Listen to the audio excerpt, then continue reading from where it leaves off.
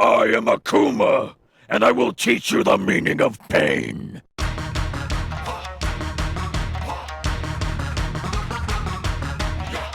Akuma is an absolute force to be reckoned with. Equipped with punches so weighty and specials so brutal, you'll turn your opponent's face into a fucking Picasso painting. I mean, just look at Ken, the fear of God has been struck in him. All of this strength would mean nothing if he wasn't fun to play. But don't worry.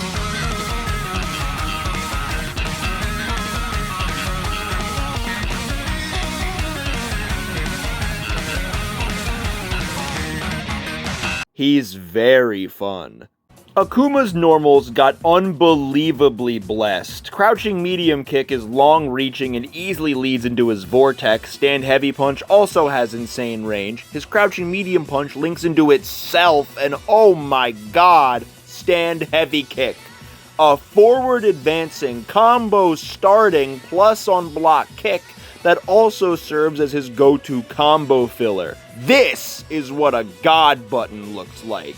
Needless to say, Akuma dominates when he gets going. You thought Luke had an oppressive vortex? Bitch, he was the warm-up. This oppressive advantage state, like in every Street Fighter game he's appeared in, comes down to his specials, and oh my god. Akuma's specials are so busted that I genuinely don't even know where to start. Demon Flip is back and is cracked as usual. It's what you'd expect. A dive kick plus unblock overhead, and you can even feint it now. However, the command grab is gone. I wonder why that is.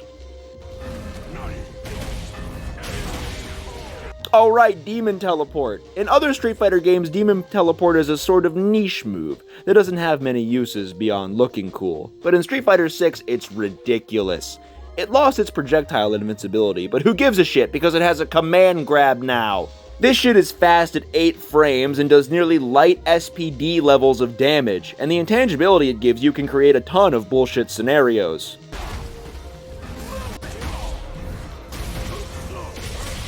It was on Ed. I don't feel bad.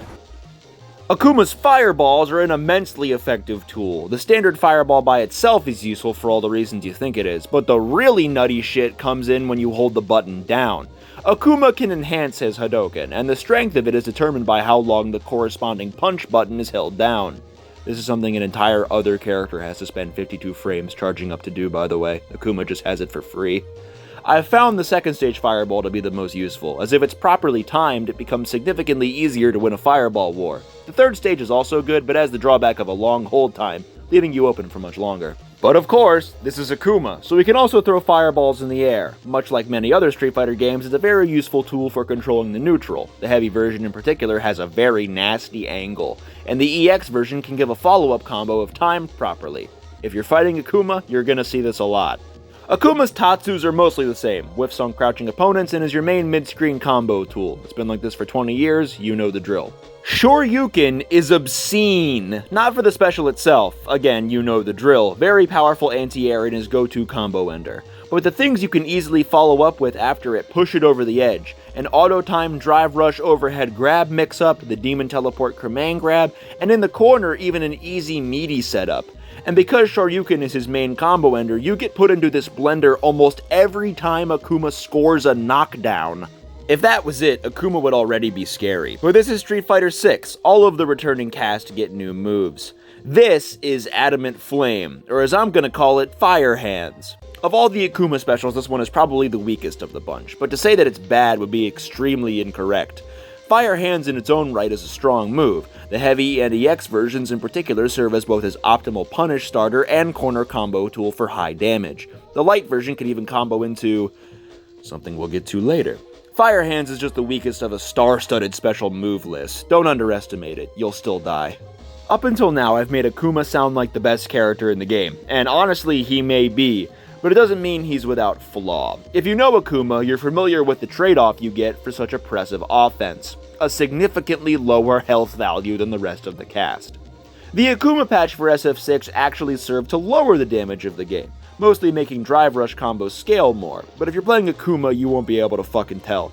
Getting hit as this character really hurts, and you'll find yourself in 2 or 3 touch scenarios when you're off your game significantly more than the rest of the cast.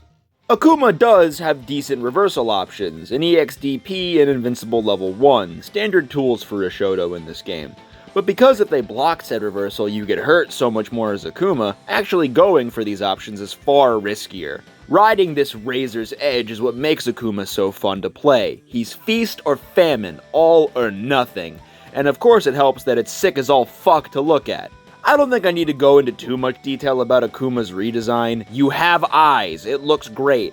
I love that they kept the beard from SF5, that was a fantastic idea. People were only really against it because in SF5 it looked like hot ace. But here? Nah, that shit looks excellent. Capcom didn't just give him a glow up in appearance though, as his supers look even better. Up until now, most characters in Street Fighter 6 have 4 supers, the standard level 1, 2, and 3, and a critical art with both 3 bars of meter while being at low health. Akuma has 8. 8 fucking supers! His level 1 is a big fireball, but can also be used in the air where it has different properties. It's a level 1 reversal, very good when it works, kills you if it doesn't.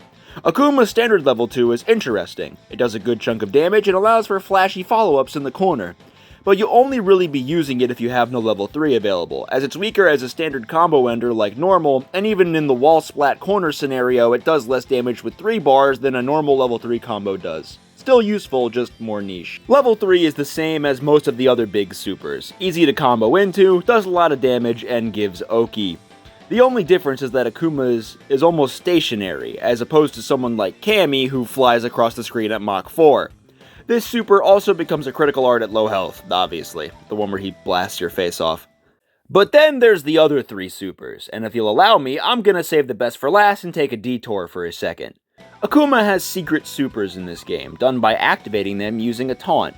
The taunt takes around 30 seconds to complete, so you'll never actually see these in a serious match, but they look really cool, so that's neat.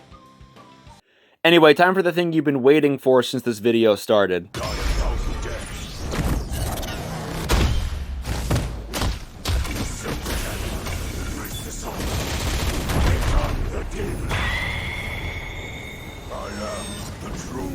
Of the fist. Do I even need to add commentary to that? One of the coolest looking supers in fighting game history. Oh yeah, and it also grabs on frame 1 after its activation, so you can catch people with it in very cheesy ways. Not to mention you can combo into it now with light fire hands. This feature alone justifies this new move's inclusion. So, in summary,